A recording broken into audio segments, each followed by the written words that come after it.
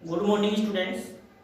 कल हमने देखे थे डब्ल्यूबीसी के जो प्रकार हैं उसमें हमने जो कणिकामय श्वेताणु हैं उनके जो तीनों प्रकार थे वो देख लिए थे। अब उसके बाद में हम हमारे जो अकणिकामय जो हैं डब्ल्यूबीसी उनके बारे में देखते हैं। अकणिकामय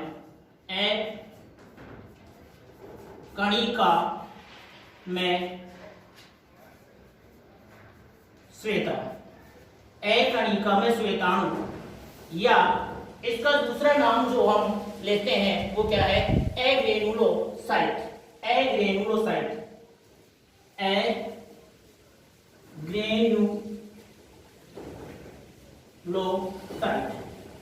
एग्रेनुलोसाइट इसका दूसरा नाम क्या है?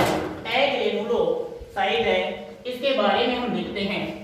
अब इसके बारे में हमने देखा कि ये दो प्रकार की होती हैं। कितने प्रकार की होती है? ये दो प्रकार की होती हैं। नंबर 1 पर आती है मोनोसाइट।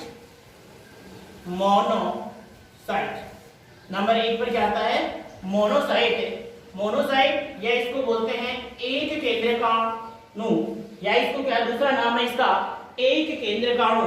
तो इसको लिखेंगे मोनोसाइट या एक केंद्रकाणु, और इसमें लिखेंगे इसमें एक केंद्रक है। इसमें एक केंद्रक पाया जाता है। कैसा? सेम के बीच की आकृति का। इसमें एक केंद्रक होता है और वो कैसा होता है? सेम के बीच की आकृति का इसमें केंद्रक होता है। सेम के बीच की आकृति का इसमें केंद्रक पाया जाता है। ऐसा इसमें केंद्रक होता है। ये इसका क्या है? केंद्रक। कैसा? सेम के बीच की आकृति का। ये हमारी कौन सी है? मोनोसाइट या एक केंद्रकाणु है। मोनोसाइट या एक केंद्रकाणु है। अब उसके बाद में हम देखते हैं कि ये क्या होती है? सेम के बीच की आकृति की हैं और ये रक्त से किस में आएंगी? उत्तकों में। और रक्त से उत्तकों में आकर ये बड़े आकार की हो जाती हैं। तो आइए लिखेंगे, ये रक्त से उत्तकों में आकर बड़े आकार की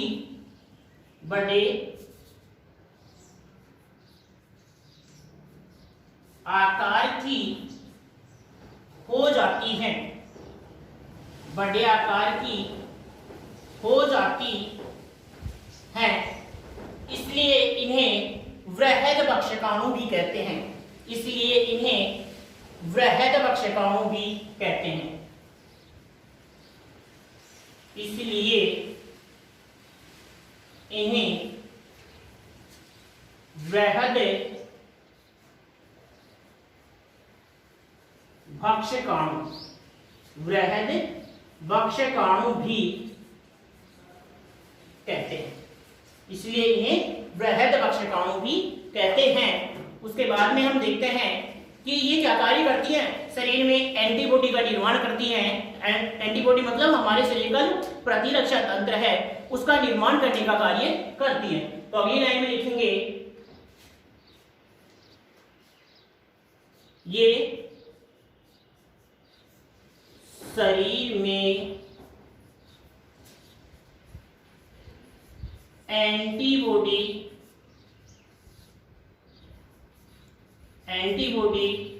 निर्माण कर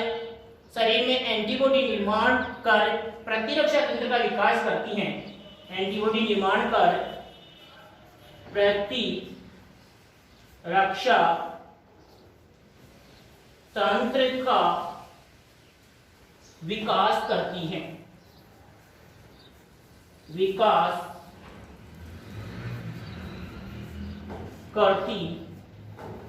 विकास करती है मतलब ये शरीर में एंटीबॉडी निर्माण करके हमारा जो शरीर का प्रतिरक्षा तंत्र है उसका विकास करती हैं, उसको बढ़ाने का कार्य करती हैं। ये हुआ हमारा किसके बारे में?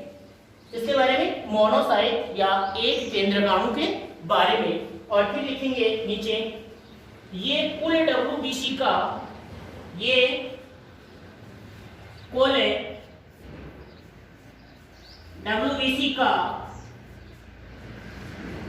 लगभग 6% भाग बनाती हैं। कुल डब्ल्यूबीसी का कितना परसेंट? 6% भाग बनाती है, मतलब कुल डब्ल्यूबीसी की 6% ये पाई जाती है। कौन सी? मोनोसाइट या एक केंद्रकाणु। और इन ये बड़े आकार की होती हैं और इनका आकार होता है 12 से 15 म्यू।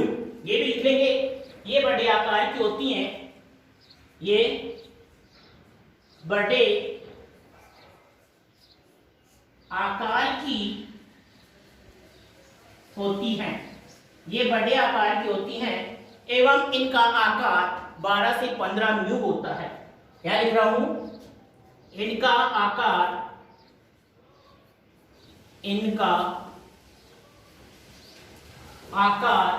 कितना? 12 से 15 म्यू होता है। 12 से 15 म्यू होता है। इनका आकार कितना होता है? 12 से 15 म्यू। और इनमें ये जो केंद्र बताया वो कैसा है? सेम के बीच की आकृति का, सेम के बीच की आकृति का केंद्र, सेम के बीच की आकृति का क्या पाया जाता है? इसमें केंद्र पाया जाता है। तो ये हमारी हो गई कौन सी? मोनोसाइट। कौन सी हुई? मोनोसाइट। दोबारा से देख लेंगे, मोनोसाइट या लिख देना एक केंद्रकाणु। एक केंद्रकाणु एकणिका का मतलब है जिनके जो कोशिका द्रव्य में कणिकाएं नहीं पाई जाती हैं, इसको एग्रेनोसाइट भी कहते हैं। मोनोसाइट या एक केंद्रकाणु है। फिर ये क्या है कि इनमें जो बड़े आकार की कोशिकाएं हैं और इनका केंद्र है उसे इनके बीच की आकृति का होता है। ये रक्त से उत्तकों में आकर बड़े आकार की होती है, इसलिए इन्हें क्या नाम दिया गया है? वृहद बक्षकाणु भी कहते हैं। क्या कहते हैं? वृहद बक्षकाणु भी इनको कहा गया है। उसके बाद में ये शरीर में एंटीबॉडी का निर्माण करके हमारा प्रतिरक्षा तंत्र उसका विकास करती हैं। फिर ये कुल डब्ल्यूबीसी का लगभग 6% भाग बनाती हैं। ये बड़े आकार की होती हैं, इनका आकार कितना? 12 से 15 म्यू होता है। अब हम देखते हैं लिम्फोसाइट या लसीकाणु। दूसरी ये देख लिया, इसी को कोई दिक्कत है तो अगला हम देखते हैं लिम्फोसाइट या लसीकाणु।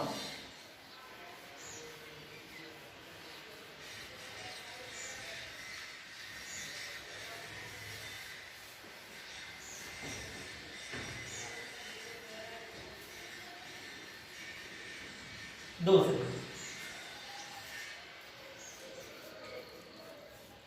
लिम्फोसाइट या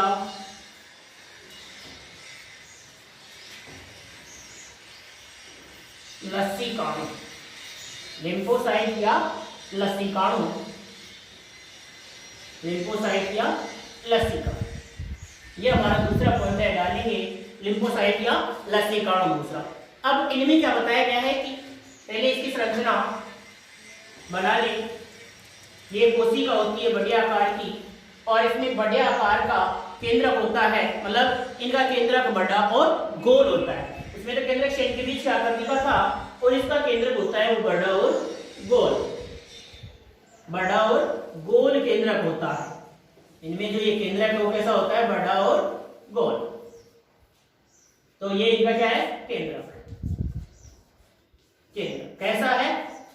बड़ा और गोल, बड़ा और गोल। तो ये लिख लेंगे कि इनमें केंद्रक बड़ा और गोल होता है।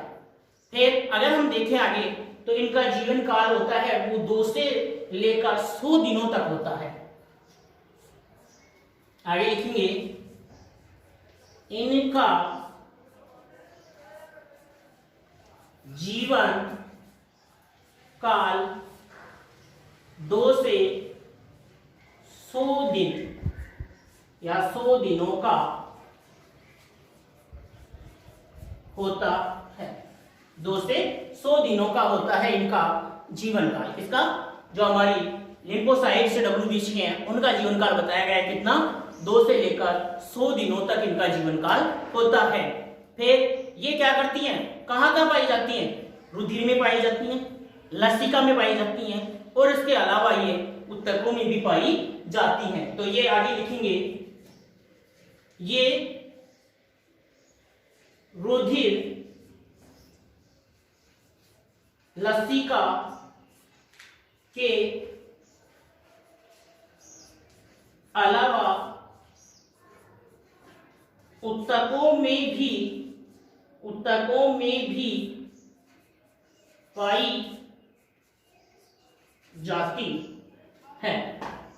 उत्तकों में भी पाई जाती है, मतलब ये रुधिर व लसिका के अलावा क्या पाई जाती हैं, शरीर के उत्तकों में भी पाई जाती है। रुधिर में पाई जाती है, लसिका में पाई जाती है, और इसके अलावा जो शरीर के उत्तक हैं उनमें भी पाई जाती है। मतलब रुधिर ऐसे लिख सकते हो, रुधिर के अलावा ये लसिका उत्तकों में भी पाई जाती है, ऐसे भी लिख सकते हो इसको कि रुधिर के अलावा ये लसिका और उत्तकों में पाई जाती हैं। फिर ये दो प्रकार की होती है। हमारी जो ये लिम्फोसाइट्स हैं इनके प्रकार देखें तो आगे वाली लाइन में लिखेंगे ये दो प्रकार की होती हैं। ये कितने प्रकार की होती हैं? दो प्रकार की होती हैं, टी लिम्फोसाइट और बी लिम्फोसाइट। टी लिम्फोसाइट और बी लिम्फोसाइट। तो यहां तक लिखिए पहले, लिम्फोसाइट लसिकाणु, ये कोशिकाएं हैं, इनका केंद्रक बड़ा और गोल होता है, इनका जीवन काल बता दिया गया। ये रुधिर के अलावा लसिका और उत्तकों में पाई जाती हैं और ये दो प्रकार की होती हैं, बी लिम्फोसाइट और टी लिम्फोसाइट, या उसको बोलते हैं हम बी लसिकाणु या और टी लसिकाणु। देखते हैं हम आगे इसके जो प्रकार हैं वो बी लसिकाणु और टी लसिकाणु या बी लिम्फोसाइट और टी लिम्फोसाइट। देखो बी लिम्फोसाइट और टी लिम्फोसाइट। पहली है बी लिम्फोसाइट, बी लिम्फोसाइट, और जो दूसरी है वो है हमारी टी लिम्फोसाइट। बी लिम्फोसाइट और टी लिम्फोसाइट। देखो इनको बी लिम्फोसाइट और टी लिम्फोसाइट नाम क्यों दिया गया है? B for bone marrow, B for bone marrow, bone marrow का मतलब होता है अस्थि मज्जा, और T for thymus, T for thymus. तो हम क्या कहेंगे कि बी लिम्फोसाइट, इनको नाम बी लिम्फोसाइट क्यों कहा गया है कि इनका निर्माण, आगे लिख लेंगे, इनका निर्माण अस्थि मज्जा से होता है, अस्थि मज्जा। इनका निर्माण किससे होता है? अस्थि मज्जा से होता है। और T lymphocyte, T for thymus, T for thymus, T for bone मेरो, अस्थि मज्जा। तो इसमें क्या लिखेंगे? इनका निर्माण थाइमस में होता है, थाइमस, इनका निर्माण थाइमस में होता है या थाइमस से होता है, ऐसे लिख सकते हो, थाइमस से होता है। तो थाइमस से हुआ है इसलिए इसको नाम दिया टी लिम्फोसाइट। इसका अस्थि मज्जा, इसको अंग्रेजी में बोन मेरो कहते हैं, इसलिए इसको क्या नाम दिया गया? B lymphocyte. फिर आगे लिखेंगे कि ये जो टी लिम्फोसाइट है वो भी दो प्रकार की होती है। कौन कौन सी? जो मैंने आपको एक कणिका में अंतर बताया था उसमें नीचे लिखा है, लिखा कौन सी? T4 और T8। कौन कौन सी? T4 और T8। देखो तो आगे लाइन में लिखेंगे T lymphocyte, T lymphocyte, T lymphocyte दो प्रकार की होती हैं, दो प्रकार की होती हैं। टी लिम्फोसाइट दो प्रकार की होती है। कौन कौन सी? देखो एक तो होती है T4 जिसको बोलते हैं सहायक, और एक होती है T8 जिसको बोलते हैं मारक। तो हमारी T4 एस लगाकर क्या होती है? ये सहायक, सहायक। और एक दूसरे नंबर पर है T8 और इसको क्या बोलते हैं? मारक। क्या बोलते हैं? मारक। मतलब मारक लसिकाणु और सहायक लसिकाणु। चित्र ये हमने बता ही दिया था उसका कि गोलाकार केंद्रक होता है, बड़े आकार का केंद्रक होता है। अब उसके बाद में हम कुछ इसके मुख्य बिंदु हैं और उनसे जो प्रश्न होता है कंपटीशन एग्जाम का वो आता है यहाँ से 100%। तो वो देखते हैं हम, कुछ इसके मुख्य बिंदु वो नोट करा करके लिखते हैं हम। तो यहाँ तक किसी को दिक्कत हो तो आप कमेंट्स में बता सकते हैं। किसी को भी कोई समस्या आ रही हो कि समझ में सही नहीं आ रहा है तो आप कमेंट करके बता सकते हैं। अब आप लगाएंगे नोट, और नोट लगा करके लिखेंगे कि हम ये बता रहे हैं अलग अलग रोगों में कि कौन से रोग में कौन सी जो हमारी प्रतिरक्षा है उसमें किस किस की कमी या अधिकता होती है। तो उसमें हम लिखते हैं कि एड्स रोग जो होता है हमारा, कौन सा रोग, एड्स। नोट नंबर 8, एड्स रोग में टी सहायक कौन सी थी, टी4। टी सहायक कौन सी थी, टी4। तो टी सहायक कोशिका है उनकी संख्या में क्या होती है, कमी आ जाती है। टी सहायक कोशिका की संख्या में क्या आ जाती है, कमी। टी सहायक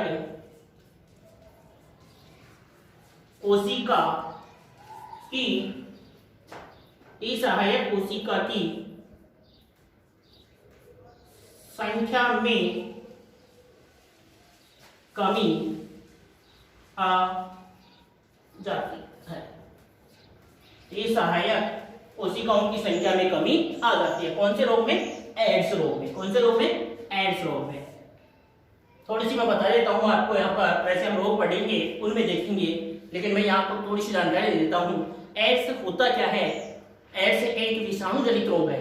एड्स क्या है, विषाणु या वायरस जनित रोग है, जो किसके कारण होता है, HIV वायरस के कारण होता है। किसके कारण होता है, HIV वायरस के कारण। एड्स इसका पूरा नाम है एक्वायर्ड इम्यूनोडेफिशिएंसी सिंड्रोम। लिख सकते हो, एक्वायर्ड इम्यूनोडेफिशिएंसी सिंड्रोम। और ये जो है किसके कारण होता है, HIV वायरस के कारण। HIV वायरस के कारण, यानी एक वायरस है ह्यूमन इम्यूनो वायरस, इस वायरस के कारण ये रोग होता है। अब इस रोग का जो ये HIV वायरस है वो कौन सा प्रकार का वायरस है, रिट्रो वायरस है। कौन सा वायरस है, रिट्रो वायरस। देखो रिट्रो वायरस क्यों कहते हैं, क्योंकि ये जो HIV वायरस है उसमें जो RNA पाया जाता है, एक की जो RNA, उस RNA में क्या होती है, RNA में DNA बनाने की क्षमता होती है। क्या होती है, DNA बनाने। DNA से RNA बनता है, वो तो सीधी प्रक्रिया है और उसको हम अनुलेखन बोलते हैं, ट्रांसक्रिप्शन कहते हैं। लेकिन ये रिवर्स ट्रांसक्रिप्शन हो रहा है, RNA से वापस DNA बन रहा है, बल्कि सूचनाओं का जो सेंट्रल डोग्मा सिद्धांत हम पढ़ते हैं, जो मॉलिक्यूलर बायोलॉजी हम पढ़ेंगे उसमें देखेंगे, जो जैव अणु पढ़ेंगे उसमें देखेंगे हम इसकी डिटेल कि किस प्रकार से होता है। तो अब क्या होता क्या है, पहले तो ये कि एड्स कोई रोग या इसके कोई लक्षण है वो हमें दिखाई नहीं, मतलब एड्स कोई रोग दिखता नहीं है। धीरे धीरे क्या करता है, ये हमारी जो प्रतिरक्षा तंत्र है, जैसे टी सहायक कोशिकाएं हैं, उन सेल्स को मारने का कार्य करता है। और स्वयं व्यक्ति क्या होता है कि सामान्य से सामान्य रोग से क्या हो जाता है, ग्रसित हो जाता है और एक रोगों का समूह बन जाता है। क्या हो जाता है, रोगों का समूह बन जाता है। और उसे इलाज के दौरान भी, मतलब उसे कितना ही इलाज दिया जाए लेकिन फिर भी वो क्या नहीं होता है, व्यक्ति ठीक नहीं होता है और आगे से आगे उसके रोग बढ़ते जाते हैं और एक समय आता है कि उस व्यक्ति की हो जाती है, मृत्यु हो जाती है। तो ये एड्स रोग है। तो यहाँ पर तो हमें मुख्य चीज ये ध्यान देनी है कि एड्स रोग में होता क्या है, लिम्फोसाइट्स कम होती है और वो भी कौन सी, टी सहायक कोशिका। टी सहायक जो जीवाणु हैं उनकी संख्या में कमी आती है। कौन से रोग में, एड्स रोग में। उसके बाद में हम देखें कि WBC की संख्या कम या WBC की संख्या ज्यादा। तो WBC की संख्या अगर सामान्य से कम हो जाती है तो उसको बोलते हैं ल्यूकोपीनिया। क्या बोलते हैं उसको, ल्यूकोपीनिया। तो अगली लाइन में लिखेंगे क्या कि WBC की संख्या में कमी को क्या बोलते हैं, ल्यूकोपीनिया। दूसरा नोट ये हो गया, WBC की संख्या में कमी को, WBC की संख्या में कमी को डैश लगा देना और फिर लिखना, क्या बोलते हैं, ल्यूकोपीनिया। ल्यूकोपीनिया कहते हैं। क्या बोलते हैं, WBC की संख्या में कमी को ल्यूकोपीनिया कहते हैं। और अगर WBC की संख्या में वृद्धि हो जाए तो उसको बोलते हैं ल्यूकोसाइटोसिस। तो तीसरा बिंदु है WBC की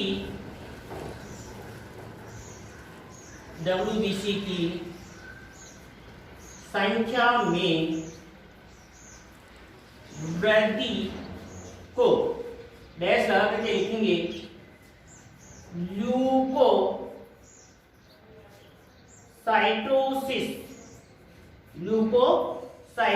क्या बोलते हैं? ल्यूकोसाइटोसिस कहते हैं। अब आगे हम देखते हैं इसके बाद में चौथा जो अगला बिंदु है, तीसरा बिंदु हो गया, चौथा बिंदु हम देखते हैं कि WBC की संख्या अगर हजारों में बढ़े तो किसके संकेत है? एलर्जी के। और अगर WBC की संख्या लाखों में बढ़ जाए तो किसके संकेत है? ब्लड कैंसर के। तो WBC की संख्या में वृद्धि किसके संकेत है? एलर्जी और ब्लड कैंसर के संकेत है। और ब्लड कैंसर को क्या बोलते हैं? ल्यूकेमिया। क्या कहते हैं? ल्यूकेमिया। तो चौथा पॉइंट लिखेंगे WBC की संख्या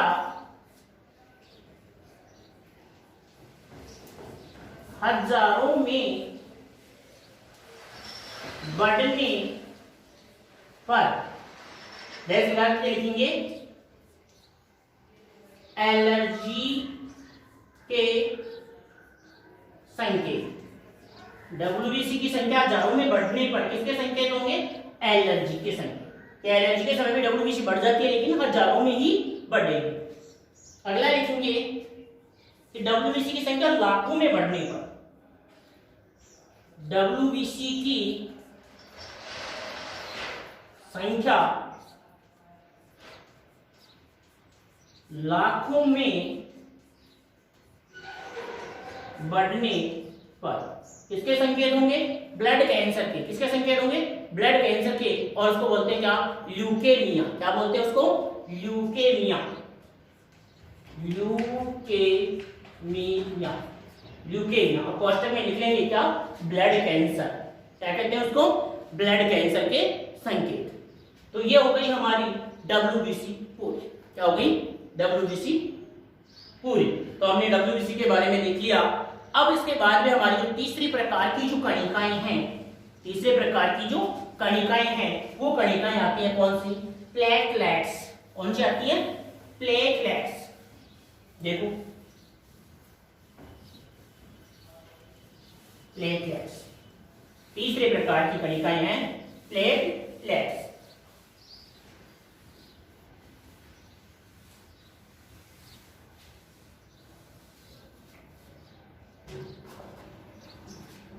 जो हमारा चौथा बिंदु है वो देखते हैं हम प्लेटलेट्स। इसको हम प्लेटलेट्स भी कह सकते हैं, पट्टिकाणु भी कह सकते हैं, बिंबाणु भी कह सकते हैं और थ्रोम्बोसाइट्स भी कह सकते हैं। तो प्लेटलेट्स या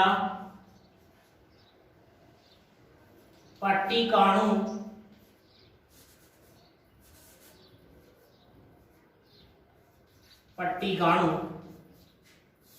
या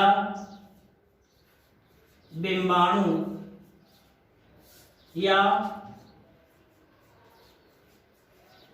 थ्रोम्बोसाइट्स। क्या कहेंगे? थ्रोम्बोसाइट्स। ये इसके क्या है? नाम। मतलब हम इनको प्लेटलेट्स, पट्टिकाणु, बिंबाणु या थ्रोम्बोसाइट्स हम इनको कहते हैं। अब उसके बाद में हम देखते हैं आगे कि ये क्या होती हैं? बहुत ही छोटी होती हैं। ये क्या होती हैं? बहुत ही छोटी होती हैं, अनियमित आकार की होती हैं। इनका आकार कैसा भी हो सकता है, इनका आकार कैसा भी हो सकता है, ये बना सकते हो। अनियमित आकार की केंद्रक रहित बहुत छोटी कणिकाएं होती हैं। तो इसमें क्या लिखा है? सबसे पहली लाइन लिखेंगे यह बहुत छोटे आकार की होती हैं। कोष्टक में लिख लेंगे 2 से 4 म्यू। ये बहुत ही छोटी होती है। ये बहुत छोटे होते हैं। ये बहुत छोटे होते हैं। ये बहुत ही छोटे होते हैं। कोष्टक में लिख सकते हो 2 से 4 म्यू। इनका व्यास बताया गया है कितना? 2 से 4 म्यू इनका क्या होता है? व्यास होता है। फिर ये अनियमित आकार और आकृति के छोटे छोटे टुकड़े होते हैं इसके, ये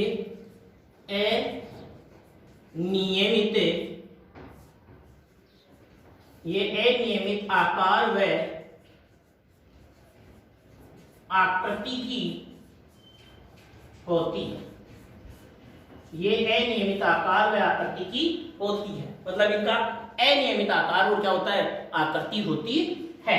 फिर इसके बाद में देखते हैं कि इनमें केंद्रक नहीं पाया जाता, ये केंद्रक रहित होते हैं। तो आगे लिखेंगे इनमें केंद्रक का अभाव होता है, इनमें केंद्रक का अभाव होता है, इनमें केंद्रक का क्या होता है, अभाव होता है। फिर इसके बाद में हम देखेंगे कि इनकी जो संख्या है वो होती है कितनी, 1.5 से 3.5 लाख प्रति घन मिलीमीटर। तो इनकी संख्या 1.5 से 3.5 लाख प्रति घन मिलीमीटर, प्रति घन मिलीमीटर।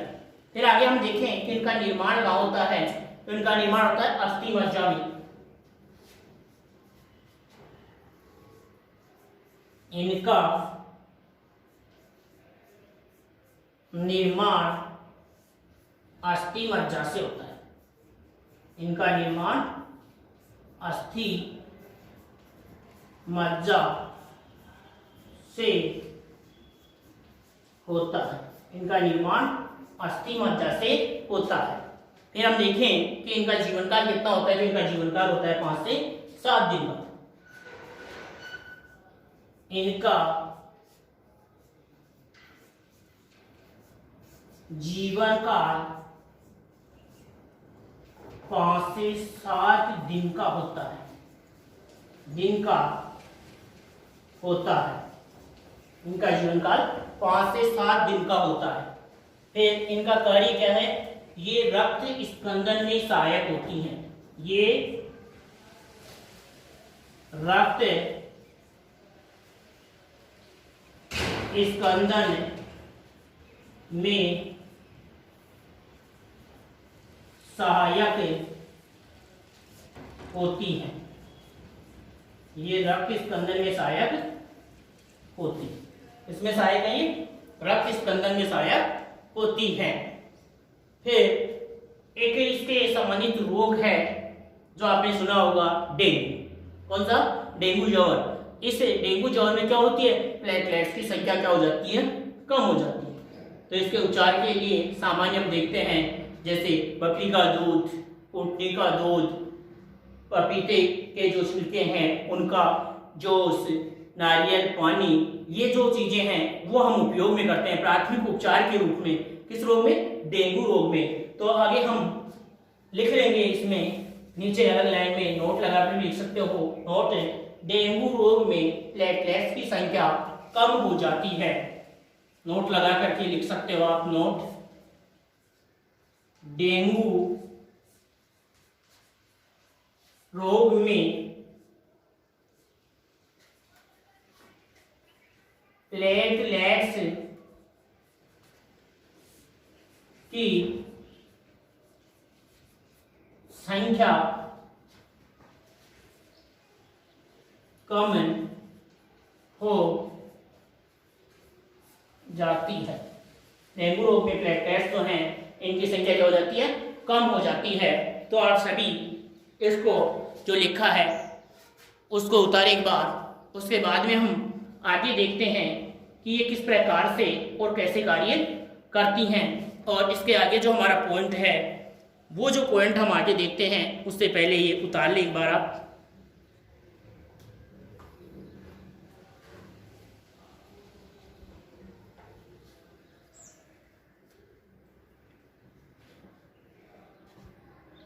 सबने उतार लिया, तो हम आगे देखते हैं। इसके बाद में जो हमारा अगला पॉइंट है वो पॉइंट हम देखते हैं कि किस प्रकार से ये जो प्लेटलेट्स हैं उसके साथ ही हमारी जो ब्लड है, वो ब्लड की जो सामान्य जानकारी है वो हमारी क्या हो गई, पूरी हो गई। तो अब हम देखते हैं कि किस प्रकार से ये जो ब्लड है वो कार्य करता है, रक्त हमारे शरीर में क्या क्या कार्य करता है उसके बारे में देखेंगे। इससे में देखिए डेंगू रोग में प्लेटलेट्स की संख्या कम हो जाती है, ये छोटे होते हैं, अनियमित आकार आकृति के होते हैं, इसमें केंद्रक का अभाव होता है। ये सब चीजें आप नोट कर लें, बहुत ही इंपॉर्टेंट चीजें हैं। उसके बाद में हम देखते हैं आगे रक्त का कार्य कि जो ये रक्त है वो क्या कार्य करता है और किस प्रकार से कार्य करता है, वो चीज देखते हैं हम। तो अगला पॉइंट डालेंगे, ये लिख लिया, तो रक्त का कार्य, क्या पॉइंट डालेंगे, रक्त का कार्य। ये प्लेटलेट्स की जो संरचना थी वो मैंने बना दी कि आपको अनियमित आकार आकृति की होती हैं, केंद्रक रहित कणिकाएं होती हैं।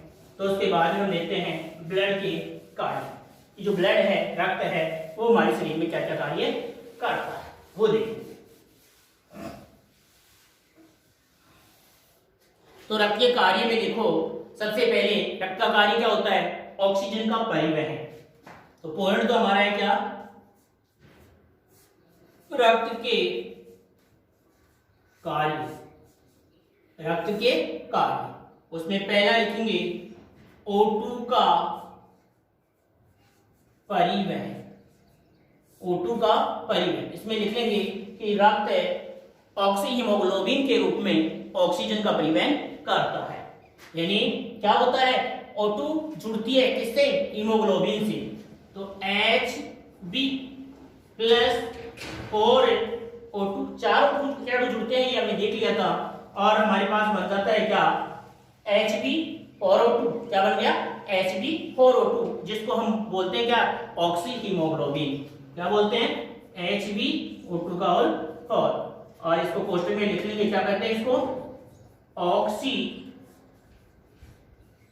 Haemoglobin, oxy haemoglobin. तो ये ऑक्सीजन का परिवहन करता है, पहला कार्य हो गया इसका क्या, ऑक्सीजन का परिवहन। उसके बाद में हम दूसरा करते हैं O2 का, ये सॉरी O2 का हो गया CO2 का परिवहन, CO2 का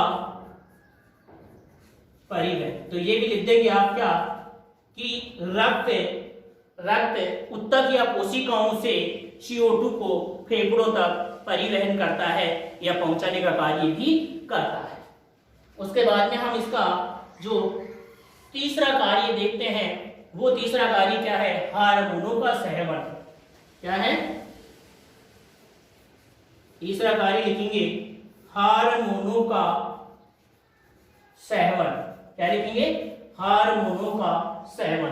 कि जो ये हमारा रक्त है वो हार्मोन्स का सेवन भी करता है, कि हार्मोन किस प्रकार से परिवहनित होते हैं, क्योंकि हार्मोन हमारी जो ग्रंथियां हैं उनके द्वारा स्रावित होते हैं, लक्ष्य तक जाते हैं, तो किसके द्वारा जाते हैं, रक्त की सहायता से ही वो पहुंचते हैं। फिर उसके बाद में हम देखते हैं कि जो इसका चौथा कार्य है, कौन सा कार्य है, चौथा कार्य है, वो क्या होता है, कि जो उत्सर्जी पदार्थ बनते हैं ऊतक और कोशिकाओं में, उन्हें उत्सर्जी अंगों तक पहुंचाने का कार्य। तो अगला कार्य लिख देंगे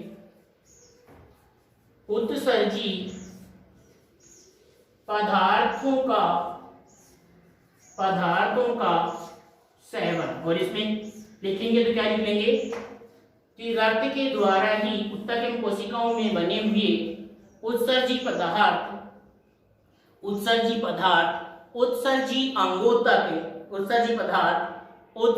अंगों तक पहुंचते हैं। जैसे उत्सर्जी पदार्थों का वृक्कों तक पहुंचना, किडनी तक पहुंचना, तो कौन पहुंचाता है, रक्त पहुंचाता है। फिर पचित भोजन का वितरण, पांचवा कार्य क्या है, पचित भोजन का वितरण, पचित भोजन का वितरण, कि हमारे जो आहार नाल में भोजन पचित हो जाता है, उस पचित भोजन को भी अवशोषित करके रक्त के द्वारा ही क्या किया जाता है, शरीर के विभिन्न भागों तक जहां आवश्यकता है, जिन ऊतकों में आवश्यकता है वहां तक पहुंचाया जाता है। तो पचित भोजन के वितरण का कार्य भी करता है। उसके बाद में अगला कार्य है रोगों से बचाव। रोगों से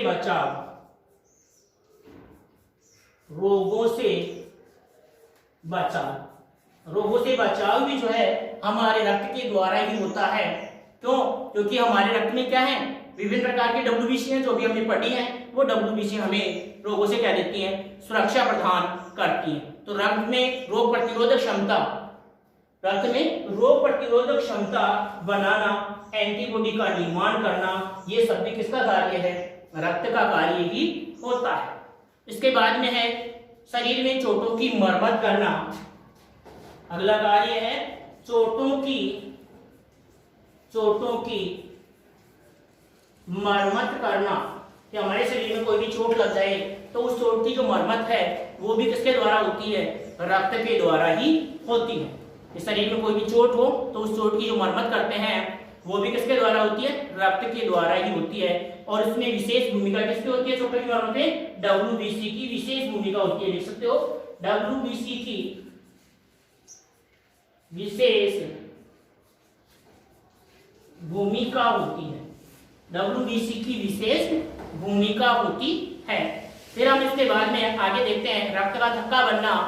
रक्त का थक्का बनना, आठवां जो कार्य है वो है रक्त का थक्का बनना। रक्त का थक्का बनना, जो हमारे शरीर में रक्त स्पंदन की क्रिया होती है, रक्त का थक्का बनना होता है, रक्त बहने से रुकता है, वो कार्य किसके द्वारा होता है, रक्त के द्वारा ही होता है। फिर अगला कार्य जो है वो हम देखते हैं इसका, यहां लिखते हैं हम, जो 9वां कार्य है वो क्या है, दैहिक ताप का नियमन, मतलब हमारे शरीर का तापमान समान बनाए रखने में। दैहिक ताप का नियमन, तो हमारे शरीर के सभी भागों का तापमान समान बनाए रखने का कार्य भी कौन करता है, रक्त करता है। कौन करता है, रक्त करता है। और जो इसका महत्वपूर्ण कार्य है लास्ट, वो है रोगों के निदान में, रोगों के निदान में, रोगों के निदान में, रोग निदान में भी इसका कार्य होता है रक्त का। क्योंकि विभिन्न प्रकार के जो रोग हैं उन रोगों की जो जांच हम करते हैं वो किसके माध्यम से करते हैं, रक्त के माध्यम से करते हैं। कोई भी डॉक्टर है विभिन्न रोगों का जो परीक्षण करता है, इसके क्या रोग है वो रक्त संगठन से ही पता लगाता है। तो ये जो रक्त है वो हमारे शरीर में विभिन्न रोगों के निदान में भी क्या होता है, उपयोगी होता है। तो ये हमारे क्या हो गए, रक्त के कार्य हो गए।